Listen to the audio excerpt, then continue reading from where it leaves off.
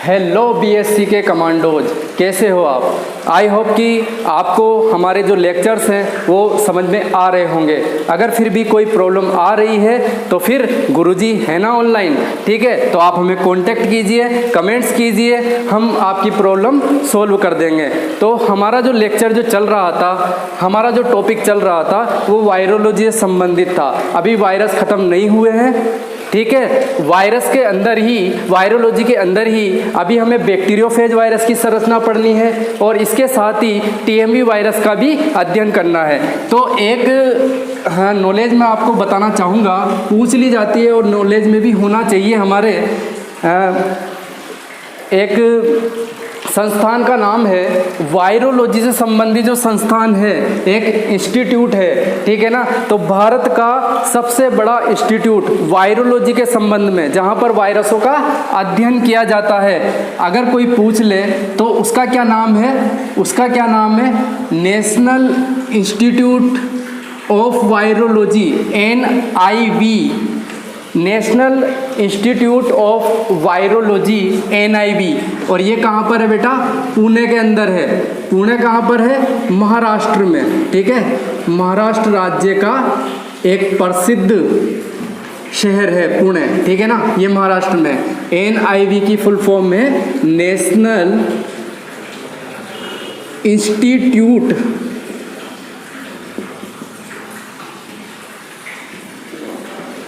Of virology. तो virus के अध्ययन से संबंधित महत्वपूर्ण, भारत की सबसे महत्वपूर्ण संस्थान कौन है बेटा?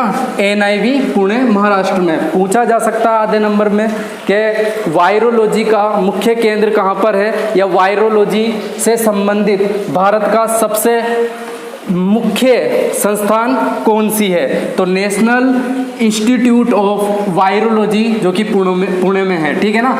अब ये जो NIV है, नेशनल इंस्टीट्यूट ऑफ वायरोलॉजी, इसको कौन चलाता है? कौन सी संस्था इसको चलाती है, या कौन सी संस्था है जिसके मार्गदर्शन में NIV काम करता है?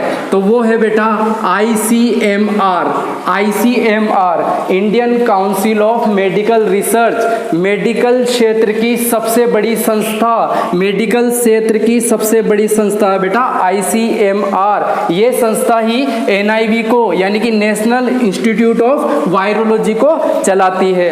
जैसे कि अभी कोरोना वायरस को लेकर के विभिन्न देशों के बीच में कोरोना वैक्सीन को लेकर के होड़ मची हुई है कि हम वैक्सीन पहले बनाएंगे, हम वैक्सीन पहले बनाएंगे। हो सकता है हमारा भारत देश भी वैक्सीन बना ले, ठीक है? अच्छी बात है, ठीक है? लेकिन हम बाहर के देश से वैक्सीन ले, या हम हमारी जो वैक्सीन है उसको इस्तेमाल करें या मार्केट में लेकर आए, उससे पहले हमें किससे इजाज़त लेनी पड़ेगी? ICMR से, Indian council of medical research. इससे हमें क्या लेनी पड़ेगी? इजाज़त। ये सर्टिफाइड करेगा, इसके बाद ये जो वैक्सीन है कोरोना की, वो कहाँ पर आएगी? मार्केट में आएगी। तो आप समझ ही गए होंगे कि ICMR मेडिकल क्षेत्र में भारत के अंदर कितना इम्पोर्टेंट है, कितनी इम्पोर्टेंट संस्था है, सबसे बड़ी संस्था मानी जाती है मेडिकल क्षेत्र की। और ये जो NIV पुणे है, जो संस्थान है, जो इंस्टीट्यूट है, ये पुणे के अंदर जो वायरोलॉजी का सबसे बड़ा इंस्टीट्यूट है अपने भारत का, ठीक है बेटा? तो ये एक छोटी सी जानकारी दी गई, ठीक है ना? इसके बाद हम बात करते हैं, हमारे मेन टॉपिक पे आ जाते हैं हम। ये पूछा जा सकता है बेटा कि वायरोलॉजी का सबसे मेन बड़ा जो केंद्र है वो कहाँ पर स्थित है, इसलिए नॉलेज होना आवश्यक है। अब हम बात करेंगे बेटा जीवाणुभोजी वायरस की संरचना की। जीवाणुभोजी, क्योंकि जीवाणुभोजी के बारे में हमने इससे पिछला जो वीडियो था उसके अंदर पढ़ लिया था। ट्वार्ट और हेरिल ने इसकी खोज की थी, हेरिल ने इसका नाम बैक्टीरियोफेज रखा था। तो जीवाणुभोजी वायरस की संरचना की स्टडी इस लेक्चर में हम करने वाले हैं। तो हमारा टॉपिक है जीवाणुभोजी वायरस की संरचना, bacteriophage virus, bacteriophage, structure of bacteriophage virus, ठीक है ना? तो बैक्टीरियोफेज वायरस की ऐसे लिख देते हैं, structure of bacteriophage virus, structure of bacteriophage virus, ठीक है बेटा जी? Structure of bacteriophage virus, structure of bacteriophage virus. तो बेटा यहाँ पर जो ये डायग्राम बनाए हुए हैं मैंने पहले से ही बना लिए थे, ये बैक्टीरियोफेज वायरस की स्ट्रक्चर है। हम जानते हैं, कल मैंने बताया था कि जीवाणु भोजी की जो खोज थी वो जो नॉर्मल जो वायरस होता है वायरस से भी पहले हो चुकी थी, क्योंकि इसकी जो संरचना होती है जो नॉर्मल जो वायरस होता है उससे बड़ी होती है।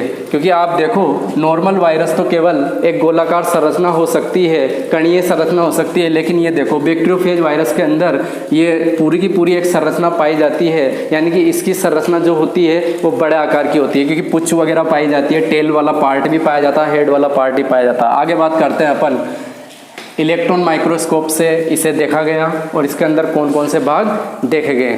बात कर लेते हैं कि जो जीवाणु भोजी की जो स्ट्रक्चर होती है वो मेंढक के टेडपोल लार्वा के समान होती है। टेडपोल लार्वा, हमें पता है मेंढक उभयचर जंतु होता है, उभयचर जीव होता है, और मेंढक अपने अंडे पानी के अंदर देता है, जहाँ पर उसके अंडे से लार्वा का निर्माण होता है।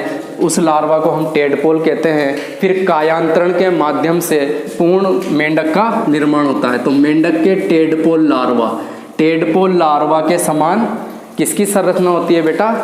किसकी? बैक्टीरियोफेज वायरस की संरचना होती है। अगर हम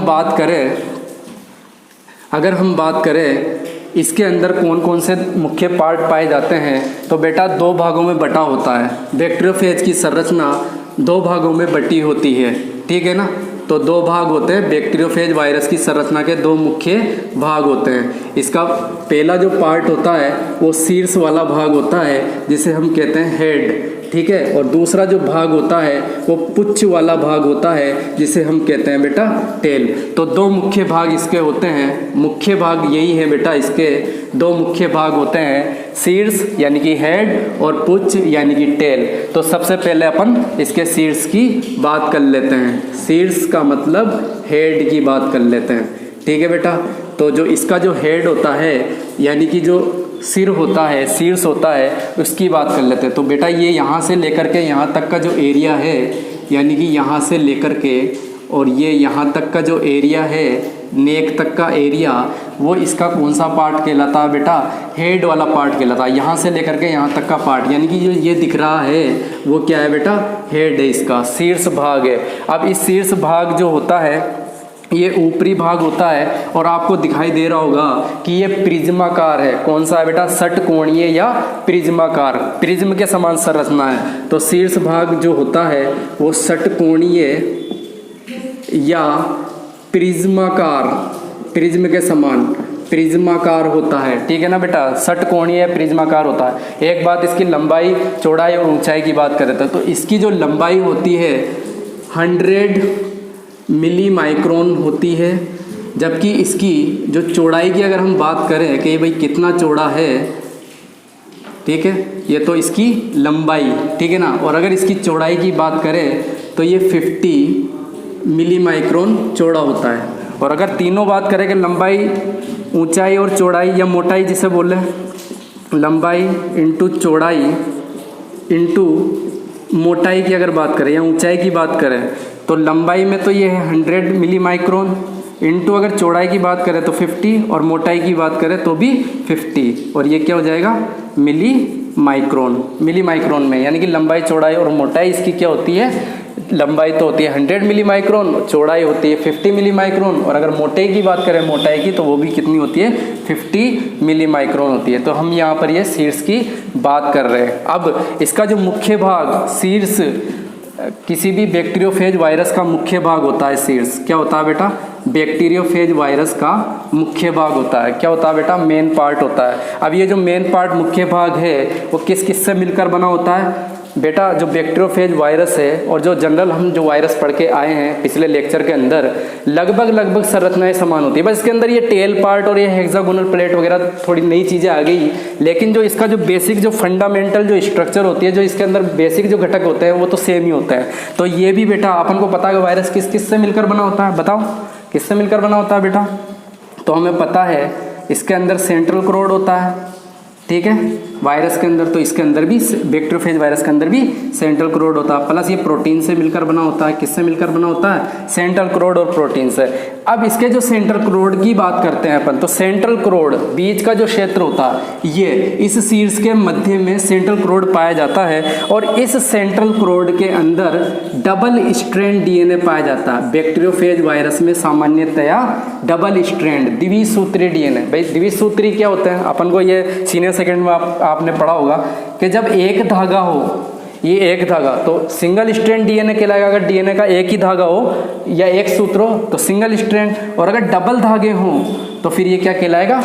द्विसूत्री डीएनए। वाटसन और क्रिक ने द्विसूत्री डीएनए का ही तो मॉडल दिया था बेटा, ठीक है। तो जनरल कंडीशन में बैक्टीरियोफेज वायरस के सेंट्रल क्रोड के अंदर डबल स्ट्रैंड डीएनए पाया जाता है। लेकिन आपसे एक क्वेश्चन पूछूं कि ऐसा कौन सा जीवाणुभोजी वायरस है जिसके अंदर सिंगल स्ट्रैंड डीएनए पाया जाता है? अपन ने बात करी थी कि जो डीएनए होते हैं जंतु वायरसों में और बैक्टीरियोफेज वायरसों में डीएनए पाए जाते हैं। तो अब मैं क्वेश्चन यही कर रहा हूँ कि कौन सा ऐसा बैक्टीरियोफेज वायरस है जिसमें सिंगल स्ट्रैंड डीएनए पाया जाता है? पिछले लेक्चर में बता चुके हैं अपन, ठीक है ना। तो अपन को पता है, अपन को क्या पता है? 5X174 ऐसा बैक्टीरियोफेज वायरस है, जीवाणुभोजी है कि नहीं बेटा? जीवाणुभोजी है, जिसके अंदर क्या पाया जाता है बेटा? इसके अंदर क्या पाया जाता है? सिंगल स्ट्रैंड डीएनए पाया जाता है। जबकि जो जनरल जो बैक्टीरियोफेज वायरस होते हैं उनके अंदर dsDNA पाया जाता है, प्लस ये प्रोटीन से मिलकर बना होता है। तो यहाँ पर अगर मैं बात करूँ तो यहाँ पर इसकी बात करूँ तो यहाँ पर ये हो गया इसका सेंट्रल क्रोड, ठीक है बेटा। ये हो गया इसका सेंट्रल क्रोड, और इस सेंट्रल क्रोड में क्या पाया जा रहा है बेटा? DS यानी कि डबल स्ट्रैंड डीएनए पाया जा रहा है, ठीक है ना बेटा। ये dsDNA पाया जा रहा है, ठीक है। ये जो है ये dsDNA ऐसे अलग से लिख लेते हैं, चलो ठीक है। ये क्या है बेटा? dsDNA है, डबल स्ट्रैंड डीएनए। सामान्य रूप से बैक्टीरियोफेज वायरस के अंदर द्विसूत्री डीएनए पाया जाता है। अब प्रोटीन की बात कर लेते हैं भाई। तो प्रोटीन की जगह, क्योंकि प्रोटीन क्या बनाता है? प्रोटीन का आवरण क्या बनाता है? कैप्सिड बनाता है। तो हम यहाँ पर ऐसे ही लिख देते हैं कैप्सिड। तो ये कैप्सिड वाला पार्ट हो गया बेटा। यहाँ पर ये जो पार्ट है वो कैप्सिड वाला पार्ट है। कौन सा पार्ट है? कैप्सिड वाला। और कैप्सिड किससे मिलकर बना होता है? प्रोटीन इकाइयों से मिलकर बना होता है। प्रोटीन की दीवार होती है बेटा, उसे तो क्या कहते हैं? कैप्सिड कहते हैं। सेंट्रल क्रोड को घेरने वाला जो आवरण होता है प्रोटीन से निर्मित, वो क्या कहलाता है बेटा? कैप्सिड कहलाता है। और कैप्सिड किससे मिलकर बना होता है? एक इकाई को क्या कहते हैं? क्या कहते हैं बेटा? कैप्सोमियर। क्या कहते हैं बेटा? कैप्सोमियर, ठीक है ना। और अपन आगे बात कर लेते हैं कि डीएनए की अपन एक बात कर लेते हैं, इंपॉर्टेंट बात है डीएनए की। डीएनए के बारे में हम नॉर्मल एक जानकारी लेते हैं और नॉलेज के लिए सही है कि इस डीएनए हम जानते हैं कि प्यूरिन से और पिरिमिडीन से मिलकर बना होता है। पिरिमिडीन क्षारक, क्षारकों के बारे में पढ़ा ही था कि डीएनए में प्यूरिन और पिरिमिडीन क्षारक पाए जाते हैं। प्यूरिन क्षारक कौन कौन से होते हैं? एडेनिन और गुआनिन। जबकि पिरिमिडीन क्षारक कौन कौन से होते हैं? साइटोसिन और थाइमिन डीएनए के अंदर। और अगर अपन बात करें आरएनए की तो थाइमिन के स्थान पर क्या हो जाता है बेटा? यूरेसिल। प्यूरिन में क्या होता है? प्यूरिन में बेटा दो प्रकार की वलय पाई जाती है। एक तो 6 सदस्यीय वाली वलय पाई जाती है और एक बेटा 5 सदस्य वाली वलय पाई जाती है। तो ये तो क्या होता है? प्यूरिन होता है। पिरिमिडीन में केवल एक ही वलय पाई जाती है। अब बेटा एक ये अक्ल मत लगा लेना कि ये कार्बन से बनी हुई वलय है, इसके अंदर कार्बन और नाइट्रोजन वगैरह भी पाए जाते हैं। कार्बन और नाइट्रोजन से बनी हुई वलय होती है ये, है ना। ऐसा मतलब ना साइक्लोहेक्सेन हो गया है, ठीक है ना। तो यहाँ पर कार्बन और नाइट्रोजन होंगे, वो इसकी जो डिटेल है अपन आगे पढ़ेंगे, सेल बायोलॉजी के अंदर है हमारे, ठीक है ना, कि डीएनए के बारे में, ठीक है। तो यहाँ पर जो मैं बात बताने वाला था वो ये थी कि यहाँ पर इस डीएनए के अंदर सेंट्रल क्रोड का जो डीएनए है बैक्टीरियोफेज वायरस का, यानी कि जो बैक्टीरियोफेज वायरस का जो डीएनए है, डीएनए किसका? बैक्टीरियोफेज वायरस का जो डीएनए है उसके अंदर साइटोसिन के स्थान पर, साइटोसिन नाइट्रोजनी क्षारक के स्थान पर NB यानी कि नाइट्रोजन बेस के स्थान पर, साइटोसिन के स्थान पर HMC हाइड्रोक्सी मिथाइल साइटोसिन क्या पाया जाता है बेटा? हाइड्रोक्सी मिथाइल साइटोसिन, इसका मतलब क्या हुआ बेटा? इसका मतलब ये हुआ कि डीएनए तो सेम ही है, लेकिन यहाँ पर साइटोसिन के स्थान पर क्या पाया जाता है? Hydroxy methyl cytosine. ये थोड़ा सा डिफरेंट होता है बैक्टीरियोफेज वायरस के डीएनए में। ठीक है, अब आगे बात कर लेते हैं। अब इसके कैप्सिड की बात कर लेते हैं। कैप्सिड, बेटा जो कैप्सिड होता है वो किससे मिलकर बना होता है? कैप्सिड हमें पता है कैप्सोमियर से मिलकर बने होते हैं, वायरस में पढ़ लिया था। यहाँ पर लगभग और लगभग 2500 से लेकर के कितने कैप्सोमियर्स पाए जाते हैं? 300 कैप्सोमियर्स। 2500 से लेकर के कितने? 3000 तक कैप्सोमियर्स की संख्या यहाँ पर पाई जाती है। लेकिन 5x174 में कितने पाए जाते हैं? बताया था आपको, बताओ, है ना? कैप्सोमियर्स की संख्या पढ़ी थी अपन ने वायरसों के अंदर। इसके अंदर कितने कैप्सोमियर्स पाए जाते हैं? बताओ भाई। 5x174 बैक्टीरियोफेज जो वायरस होता है उसके अंदर कितने कैप्सोमियर्स पाए जाते हैं? पता है ना भाई? 12। ठीक है ना, बताया था मैंने। ठीक है, आगे बात करते हैं। याद रखा करो, याद। ठीक है ना, आगे बात करते हैं अपन। ठीक है, आगे हम बात करते हैं। ये यहाँ पर सीड्स की अपन ने बात की है। इस सीड्स वाले पार्ट के अंदर, ये हेड वाला जो पार्ट है, इसके नीचे एक नलिकाकार संरचना निकली हुई रहती है जिसका नाम है नेक। इसे कहते हैं बेटा गिरीवा। क्या कहते हैं बेटा हिंदी में? गिरीवा। गिरीवा वाला भाग निकला रहता है और इस गिरीवा के ठीक नीचे ही एक संरचना पाई जाती है जिसे हम कहते हैं बेटा कोलर। क्या कहते हैं बेटा? कोलर। ठीक है, इस संरचना का नाम है कोलर। और ये कोलर क्या काम आती है बेटा? ये कोलर जो संरचना है, ये जो संरचना है, ये इसे कहते हैं अपन कोलर। तो ये संरचना क्या काम आती है? ये काम आती है हेड और इसके टेल वाले पार्ट को जोड़ने के लिए। किसके काम आती है? हेड और टेल वाले पार्ट को जोड़ने के लिए। ठीक है, तो ये हमने बात कर ली है इसके सीड्स की। सीड्स भाग में क्या पाया जाता है? सेंट्रल क्रोड पाया जाता है जिसके अंदर डबल स्ट्रैंड डीएनए पाया जाता है और उसको चारों तरफ से घेरे हुए कैप्सिड का आवरण पाया जाता है जिसमें कैप्सोमियर्स की संख्या लगभग 2500 से 3000 तक होती है। तो यहाँ पर मेन भाग यही होता है इसका मेन भाग क्या होता है बेटा? सीड्स ही होता है। बैक्टीरियोफेज वायरस का जो मेन भाग होता है, मुख्य भाग होता है, वो क्या होता है बेटा? सीड्स ही होता है। आगे अपन बात कर लेते हैं इसके टेल पार्ट की।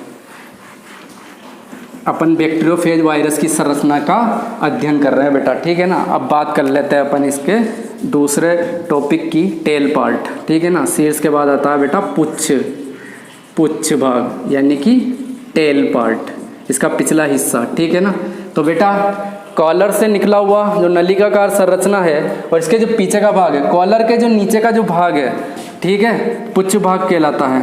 कॉलर से नीचे का जो भाग है वो क्या कहलाएगा? कॉलर से नीचे का जो तमाम भाग है पूरा का पूरा, ये क्या कहलाएगा? पुच्छ भाग कहलाएगा, टेल भाग कहलाएगा। यानी कि कॉलर से लेकर के, अगर इसको इधर रख दें और यहाँ पर ये यहाँ तक, तो ये वाला जो पार्ट है ये क्या कहलाएगा बेटा? इसका टेल पार्ट कहलाएगा। ये कौन सा पार्ट कहलाएगा बेटा? टेल पार्ट कहलाएगा। ठीक है ना, अगर अपन बात करें कि टेल पार्ट की, इसकी जो लंबाई है टेल की वो कितनी होती है, तो इसकी बात कर लेते हैं बेटा। तो इसकी जो लंबाई होती है 150 से 180 एंगस्ट्रॉम के बीच होती है। 150 से, या अपन मिली माइक्रोन में दे रहे हैं तो मिली माइक्रोन, 150 से 180 मिली माइक्रोन के बीच में इसकी लंबाई होती है। यानी कि मैं यहाँ पर लिख देता हूँ 150 to 180 milli micron, 150 to 180 milli micron की लंबाई होती है पुच्छ वाले भाग में।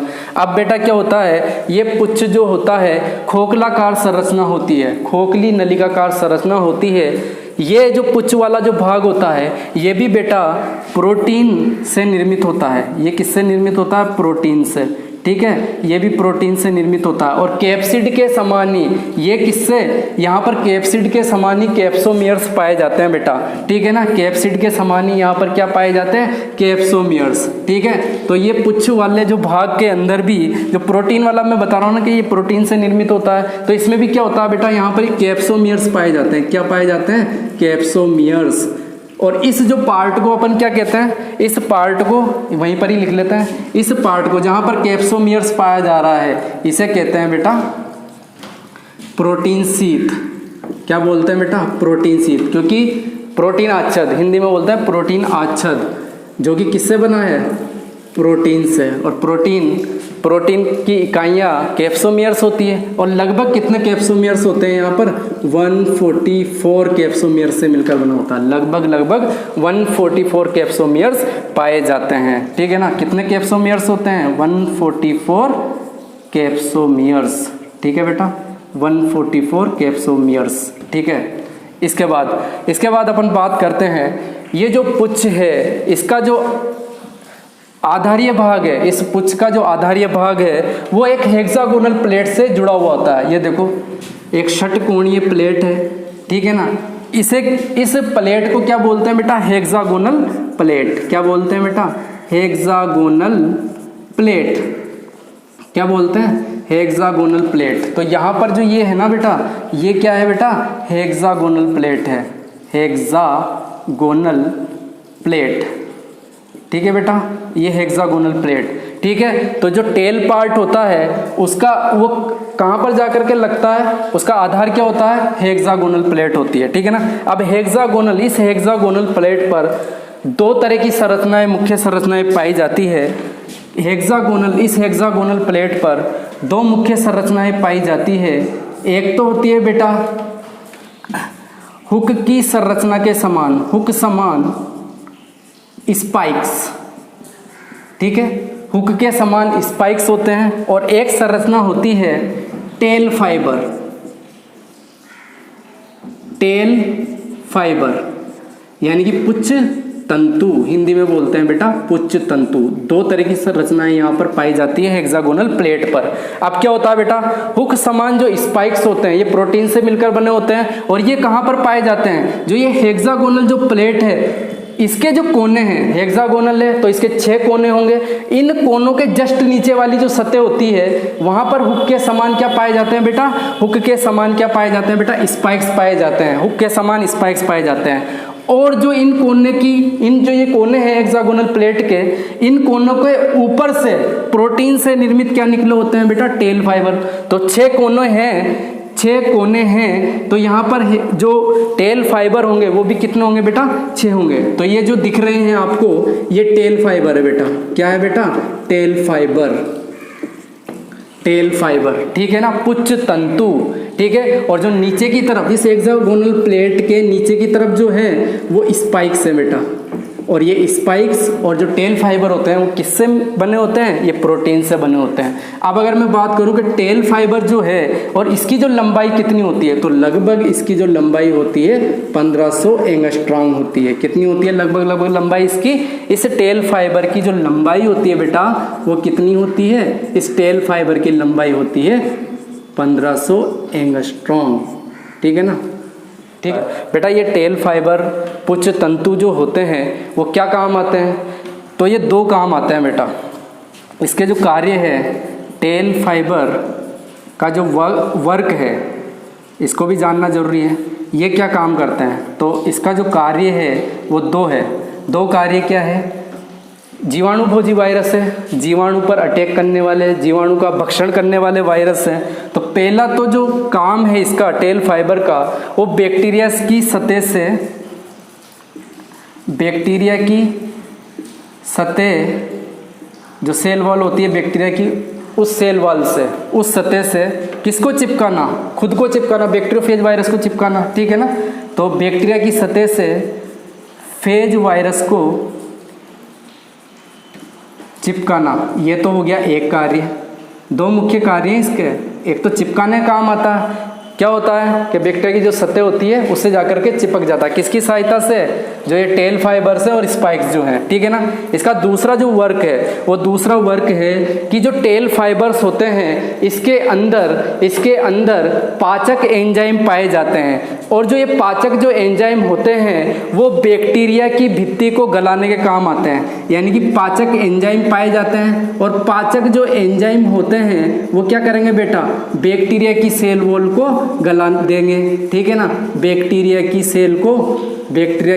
सेल वॉल को क्या कर देंगे, डिस्ट्रॉय कर देंगे, सेल वॉल को गला देते हैं या गला देते हैं या पचा देते हैं। तो दो काम हो गए, एक तो बैक्टीरिया की सतह से फेज वायरस को चिपकाना, और पाचक एंजाइम पाए जाते हैं इसके अंदर, तो ये क्या करते हैं, बैक्टीरिया की सेल वॉल को गला देते हैं या उसे पचा देते हैं। इसके बाद क्या होता है कि इसका जो डीएनए है वो निकल करके बैक्टीरिया के अंदर, बैक्टीरिया कोशिका के अंदर प्रवेश कर जाता है। तो यहाँ पर अपन ने बात कर ली है जीवाणु भोजी वायरस की संरचना। अब हम बात करेंगे टीएमवी वायरस की संरचना के बारे में। जीवाणु भोजी की संरचना पढ़ने के बाद हम बात कर लेते हैं टीएमवी वायरस की, टोबैको मोज़ेइक वायरस, टीएमवी वायरस की हम बात कर लेते हैं। तो टीएमवी वायरस की खोज, ठीक है बेटा, टीएमवी वायरस की खोज और इसका क्रिस्टलीकरण किसने किया था, इससे जो पिछले लेक्चर्स है उसमें पता है आपको कि टीएमवी वायरस की खोज किसने की थी और इसका जो क्रिस्टलीकरण है वो किसने किया था। अपन ने वायरस की हिस्ट्री पढ़ी थी, आपको पता होगा। तो इसकी खोज डीजे इवानोस्की ने नहीं की थी, आ गया याद, डीजे इवानोस्की ने इसकी खोज की थी। बेटा डेट क्या थी, 1892 में की थी, आ गया याद, ठीक है, डीजे इवानोस्की ने 1892 में की थी। क्रिस्टलीकरण किया था, किसने किया था, हम जानते हैं कि ये निर्जीव गुण रखता है, इसीलिए वायरस का क्रिस्टलीकरण हो जाता है। तो सबसे पहले जिस वायरस का क्रिस्टलीकरण किया गया था वो वायरस था टीएमवी। किसने किया था बेटा क्रिस्टलीकरण, स्टेनले ने किया था। अगर मैं बात करूं कब किया था तो 1935 में किया था, क्योंकि 1933 यानी कि 1933 में इलेक्ट्रॉन सूक्ष्मदर्शी खोज के बाद वायरस को देख लिया गया था। फिर 1935 में स्टेनले ने शुद्ध रूप से क्रिस्टल के रूप में वायरसों को पृथक किया था, किसके अंदर से, तंबाकू के अंदर से, तंबाकू के पादप के अंदर से, ठीक है ना। तो यहाँ पर खोज और क्रिस्टलीकरण, ये जो वायरस होता है, अगर इसकी जनरल कैरेक्टर की बात करें कि टीएमवी वायरस कैसा होता है, तो जो टीएमवी वायरस जो होता है बेटा, टीएमवी वायरस वो क्या होता है, या अपन ये बात कर लेते हैं टीएमवी वायरस की संरचना,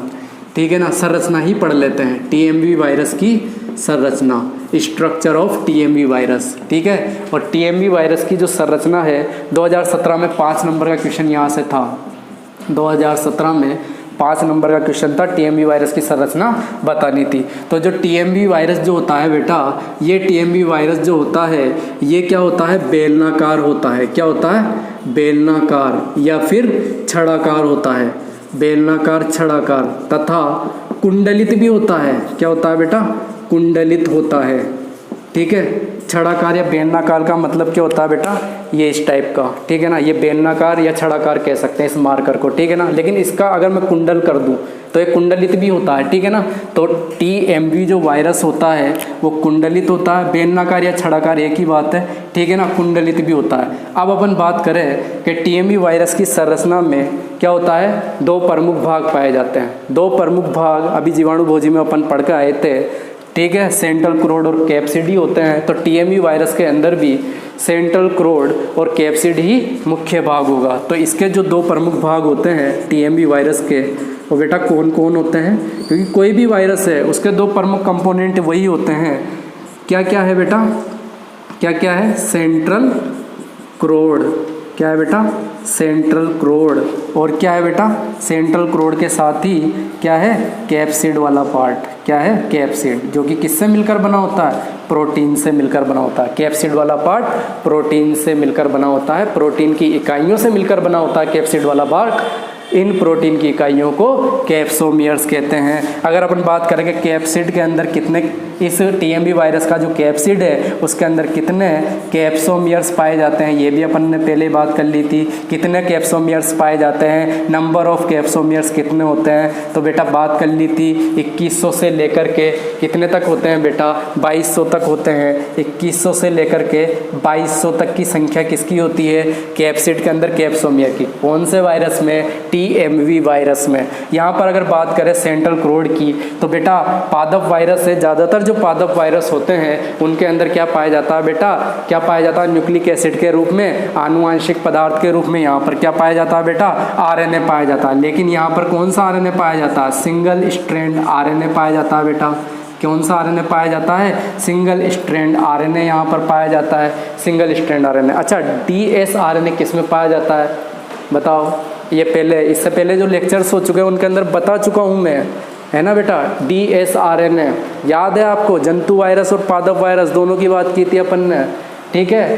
पादप वायरस में राइस ड्वार्फ वायरस याद करो, ठीक है, और एक था वाउंड ट्यूमर वायरस, ठीक है, ये पादप वायरस है। इसके अलावा जंतु वायरसों में याद करो रेट्रो वायरस, रियो वायरस, ब्लू टंग वायरस, ठीक है, याद आ गया। उसके अंदर dsRNA पाया जाता है। लेकिन अपन TMV की बात कर रहे हैं, यहाँ पर सिंगल स्ट्रैंड यानी कि एक सूत्री RNA पाया जाता है। इसके यहाँ पर डायग्राम पाए जाते हैं। तो देखो बेटा, ये बेलनाकार या छड़ाकार होता है, ऐसा का ऐसा ही होता है, ठीक है ना।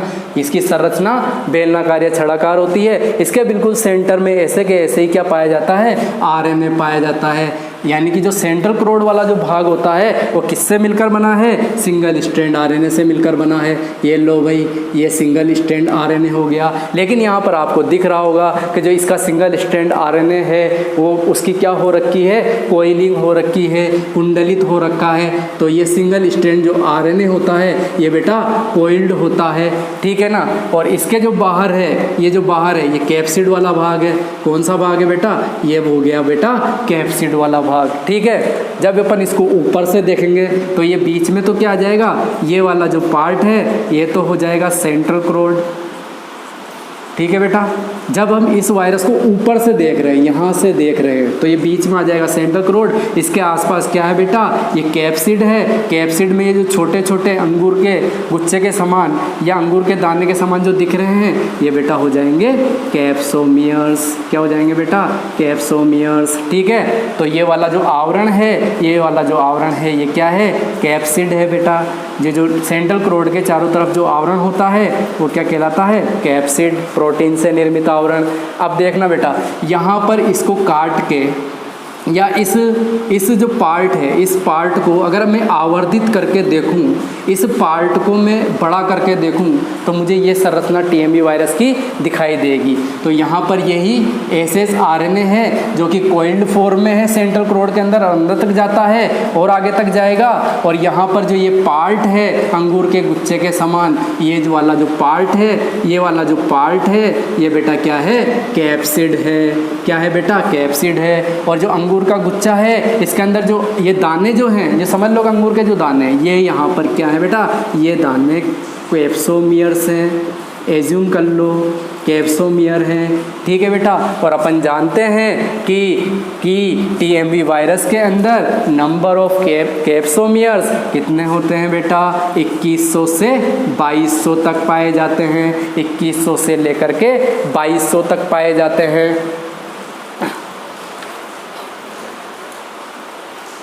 एक बात और कर लेते हैं बेटा कि जो इसका जो यहाँ पर जो RNA होता है, सिंगल स्ट्रैंड RNA, उसका जो अपन जानते हैं कि RNA हो या DNA हो, न्यूक्लियोटाइडों से मिलकर बना होता है। ये जो पूरी श्रृंखला होती है पॉलीन्यूक्लियोटाइड कहलाती है। तो इसके अंदर न्यूक्लियोटाइडों की जो संख्या होती है, न्यूक्लियोटाइडों की जो संख्या होती है बेटा, न्यूक्लियोटाइडों की संख्या जो होती है, न्यूक्लियोटाइडों की जो संख्या है वो 6500 होती है, 6500, ठीक है, ये इसकी संख्या होती है। इसके अंदर कितने न्यूक्लियोटाइड पाए जाते हैं, पॉलीन्यूक्लियोटाइड चेन होती है। RNA क्या है या DNA क्या है, पॉलीन्यूक्लियोटाइड चेन है। तो इसके अंदर न्यूक्लियोटाइडों की संख्या कितनी होती है बेटा, 6500 होती है। अगर मैं इस RNA के भार की बात करूं कि इसका वेट कितना होता है, तो हम जानते हैं कि जो ये पदार्थ होते हैं, DNA या RNA जो पदार्थ हैं, जो ये जो बायोकेमिस्ट्री के अंदर इनके जो भारों को मापा जाता है वो डाल्टन में मापा जाता है। तो इसका जो भार होता है 2.4 डाल्टन होता है, कितना होता है बेटा 2.4 डाल्टन होता है। ठीक है, किसका भार, ये आरएनए का जो भार होता है वो 2.4 डाल्टन होता है, जबकि इस आरएनए के अंदर न्यूक्लियोटाइडों की संख्या, क्योंकि एक न्यूक्लियोटाइड से दूसरा न्यूक्लियोटाइड जुड़ता है, तीसरा चौथा, तो लगभग 6500 न्यूक्लियोटाइड जुड़ करके इस सिंगल स्ट्रैंड आरएनए का फॉर्मेशन करते हैं। ठीक है बेटा, ये अपन ने पढ़ लिया टीएमवी वायरस की संरचना। ठीक है, एक इम्पोर्टेंट चीज़ और बता देना चाहूँगा, और इसके बारे में शायद अपन ने पहले भी बात कर ली है। टीएमवी वायरस अपन जानते हैं वायरस के अंदर सजीव और निर्जीव दोनों प्रकार के ही क्या होते हैं बेटा, गुण पाए जाते हैं। अपन ने ये बात करी थी कि मलबे के ढेर में, यानी कि जो तंबाकू की जो फसल होती है, तंबाकू की फसल कटने के बाद अगर उसका मलबा पड़ा रहे 50 सालों तक, यानी कि मलबे के ढेर में, ठीक है, 50 सालों तक उसका मलबा पड़ा रहे, तब भी टीएमवी वायरस जीवित बना रहता है। यानी कि मलबे के ढेर में 50 वर्षों तक जीवित बना रहता है कौन, टीएमवी वायरस। और एक बात और कर लेते हैं कि 19 डिग्री सेल्सियस टेम्परेचर पर अगर मैं 90 डिग्री सेल्सियस टेम्परेचर बढ़ा दूं, या प्रकाश की वजह से, सूर्य की प्रकाश की वजह से टेम्परेचर 90 डिग्री सेल्सियस तक पहुंच जाए, तो फिर टीएमवी वायरस 10 मिनट में मर जाता है। ज़्यादा टाइम नहीं लगता है, 10 मिनट के अंदर अंदर ख़त्म हो जाता है। यानी कि 90 डिग्री सेल्सियस ताप पर 10 मिनट में मर जाता है। इसका मतलब मैं यूँ कह सकता हूँ कि जो अपन अगर इस वायरस को उबालने का मतलब वही है, लगभग जो टेम्परेचर है, क्योंकि पानी का जो बॉइलिंग पॉइंट होता है वो 100 डिग्री सेल्सियस होता है। यानी कि अगर इस वायरस को मैं उबाल दूँ, यानी कि वही टेम्परेचर 90 डिग्री से 100 डिग्री सेल्सियस के पास पहुंचा दूं, तो यहाँ पर ये टीएमवी वायरस जो होता है 10 मिनट के अंदर अंदर समाप्त हो जाएगा। मलबे के ढेर में 50 वर्ष तक जीवित रह सकता है, और अगर टेम्परेचर दिया जाए 90 डिग्री सेल्सियस तक, तो फिर क्या हो जाता है, 10 मिनट के अंदर अंदर समाप्त हो जाता है। तो यहाँ पर हमने वायरस की डिटेल स्टडी कर ली है। वायरोलॉजी जो वाला पार्ट हमारा था इस लेक्चर में समाप्त हो गया है। अगला जो लेक्चर होगा वो बैक्टीरियोलॉजी से संबंधित होगा। अच्छा, बैक्टीरियो फेज में जो जनन की जो प्रोसेस है वो हम इसी यूनिट के अंदर पारकर्मण में पढ़ने वाले हैं। जहाँ पर अपन बैक्टीरिया में जब जनन पढ़ेंगे, जो वहाँ पर लैंगिक जनन के अंदर हमारा पास तीसरा टॉपिक होता है पारकर्मण, और उस पारकर्मण के अंदर हम जीवाणु भोजी का जनन पढ़ते हैं। जीवाणु भोजी वैसे 2 प्रकार से जनन करता है। एक तो उसके अंदर पाया जाता है ले जनकता, लाइसोजेनिक साइकिल, मतलब 2 तरह की साइकिल चलती है। एक तो चलती है लाइटिक साइकिल, कौन सी साइकिल बेटा, लाइटिक साइकिल, और एक चलती है लाइसोजेनिक साइकिल। तो इन दोनों प्रकार की साइकिल्स का, इस लाइटिक का मतलब होता है लयनता, और इसका होता है ले जनकता। ठीक है, ले जनकता, ठीक है, वो उसका मतलब होता है लयनता। इसका मतलब लाइसोजेनिक का मतलब होता है ले जनकता। ठीक है, इसको अपन पारकर्मण में पढ़ लेंगे। आई होप कि इस लेक्चर में आपको टीएमवी वायरस और बैक्टीरियोफेज वायरस की संरचना समझ में आ गई होगी। मिलते हैं अगले लेक्चर में। धन्यवाद।